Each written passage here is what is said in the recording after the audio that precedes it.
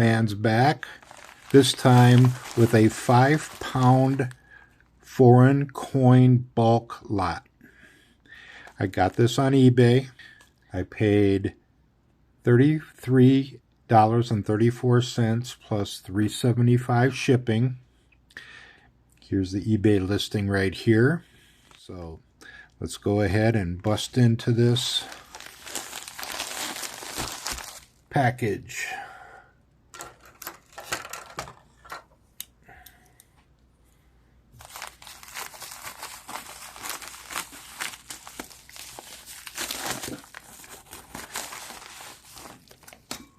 Let me read the personal stuff first.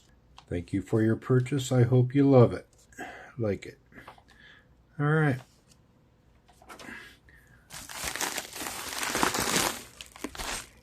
So there we go.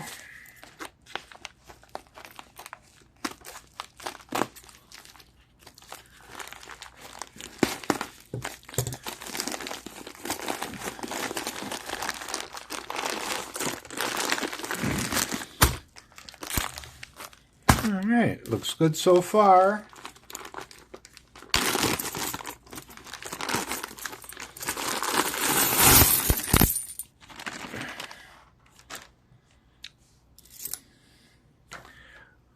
Just see if I can pick out something. Well, right off the bat, here's something I've never seen before. Laos from 1952. Dates on it twice. 20 cents. Here's a real slick 1910.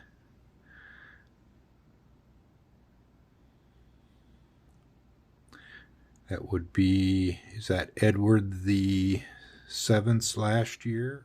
All right, well, I'm going to start going through all of these. I'm going to sort them by country, and I'll come back when I have something nice to show you.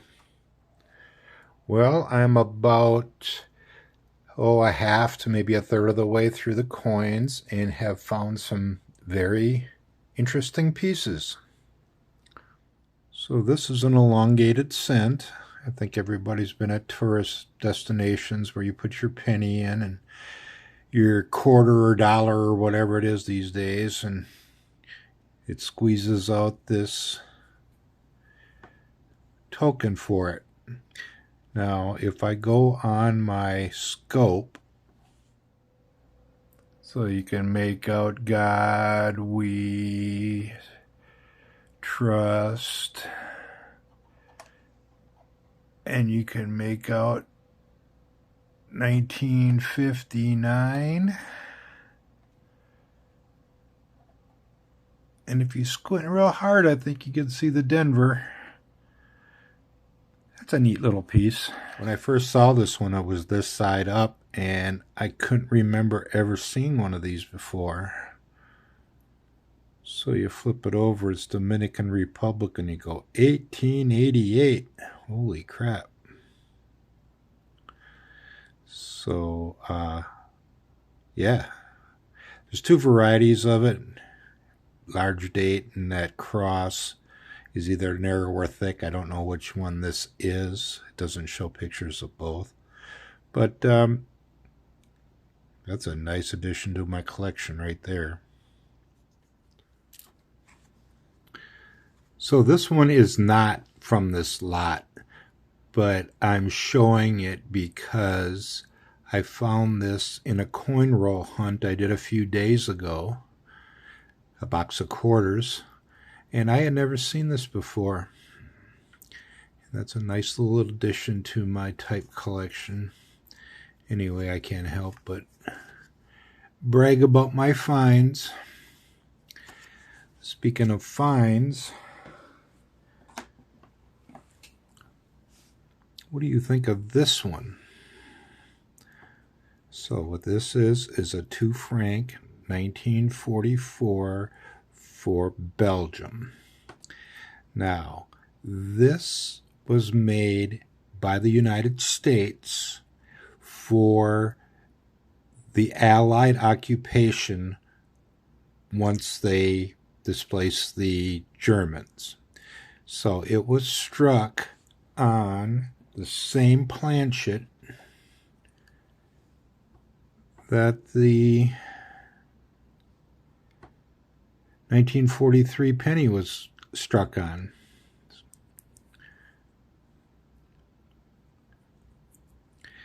And the reason why I show it is these kind of coins don't survive in that kind of shape.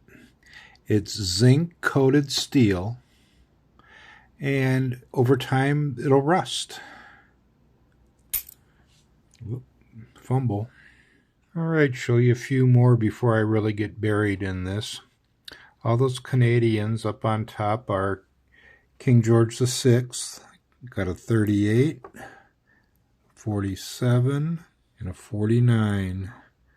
And on the pennies, I got a 39, two 41s, a 43, and a 46.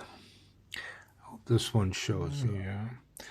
So this is Netherlands from 1929. Nice bronze coin. A lot of detail there. That's a good looking coin. Here's a coin I've never seen before. Southern Rhodesia, 1941. A penny, a pretty big penny, as the English did. I think we all know the significance of this one. I don't want to go into too much detail or YouTube will punish me. So a lot of detail on this one. Again, it's dull. Thinking of putting a little bit of oil on it. Maybe that'll bring out some of the highlight, make it a more attractive coin. All right, well, that's the sort so far. And what I'm going to do now is fine tune it and go through my collection, and we'll see if I can fill any holes or if I can make any upgrades. I've gotten up to Canada, so what I'm doing is when I'm finding coins that are not in my collection, they stand alone. So there's 3 of them there, and the ones that are on top of cards are upgrades. For the coins that are just bulk and I don't need them, I'm separating them by metal. Just something I do. This is my collection. It consists of 3 big 3-ring binders, and there's 1 of each type catalog number. I try to get the best one or most valuable one I can for each KM number. So this book goes from Afghanistan through, I believe it's French Polynesia. And then the next book goes from Gambia to Italy. That book goes Jamaica to Zimbabwe. I have my World Coin book. I have the 20th century, and I got the 19th century. So in the books, I try to go only up to 1980. Few exceptions like the Churchill crown and just neat looking coins, but everything after that goes in an envelope in that box there. So I also keep a spreadsheet. Every country, the number of 80s and before, if they're silver, and the ones that are after 1980. And this one goes a long way, and right now the counts are 1,574 pre-1980, 145 silver coins totaling 24.5 ounces. I got 721 after 1980 for a total of 2,295. Right now I'm on these Canadians. And he gave me some nice old ones. A lot of King George VI, both pennies and nickels. I do keep a separate Canadian penny collection, and I keep a nickel collection. So In the penny collection, there were some close, but there were no additions and no upgrades in those. In the nickels, however, he gave me this 1938, which fills a hole right there. And he gave me this, and he gave me that 1947, and that is a maple leaf there after it. So there's a 47 no mark and 47 with a dot. That's worth a lot of money. And a 47 maple leaf. And I don't have the maple leaf. I had the no mark. So that's 2 additions. I got the 38 and the 47 maple leaf. I have finished with the first sort and show you what I came up with. So again, if they're standalones up here, they go into the collection. I do not have those. If they're on top of a card, I'm going to consider it as an upgrade. I also have these down here that are the better ones. Most of them I have shown you already. And here's some better coins I'm just going to set aside. And then here I have the tokens. And I'll go through those at a different time. I do keep a token collection off to the side. So let's go ahead and look at the big finds one more time. So this is a 1952 20 cent from Laos. I do have the 10 cent one. I did not have the 20 cent one. An aluminum coin, nice condition. This one, of course, is the star of the show. 1888, Dominican Republic. 2.5 centavos. This 1 penny from Southern Rhodesia, World War II vintage. And I love the George VI, King Emperor. 1937, 20 centavos from Ecuador. I didn't have one of these. It's not particularly old. It's a crown because it's 2 shillings and a 6pence. And the Irish coins mostly have animals on them. So this is the other Ecuadorian coin from 1937. This one being 10 centavos. Pretty much identical coin. Fumble. Just smaller. So this is a 1960 peso from Uruguay. And also from Uruguay we have a 2 centésimos. 53. And my last nice one, you got Elizabeth with the crown representing East Africa, 50 cents, 1963.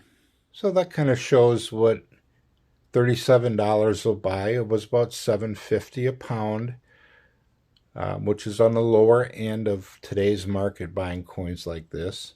Still managed to find about 25 coins for my collection and a possible, 25 more upgrades.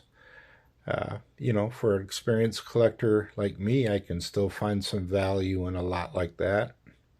And if I was a beginner, I would have been ecstatic with this lot. There were a multitude of countries, easily over 50 countries, and, some nice older coins. Just like every other lot like this, you're going to get some junk. You're going to get a whole bunch of modern coins of the same kind. It's just part of the game. So I'm going to give this one an A. I'm going to finish integrating all of these into my collection here. So until the next hunt, Matt Man's out. If you're getting any value at all out of this, please subscribe. Hit that like button. share it with your friends, and hit that notification bell. Thank you very much.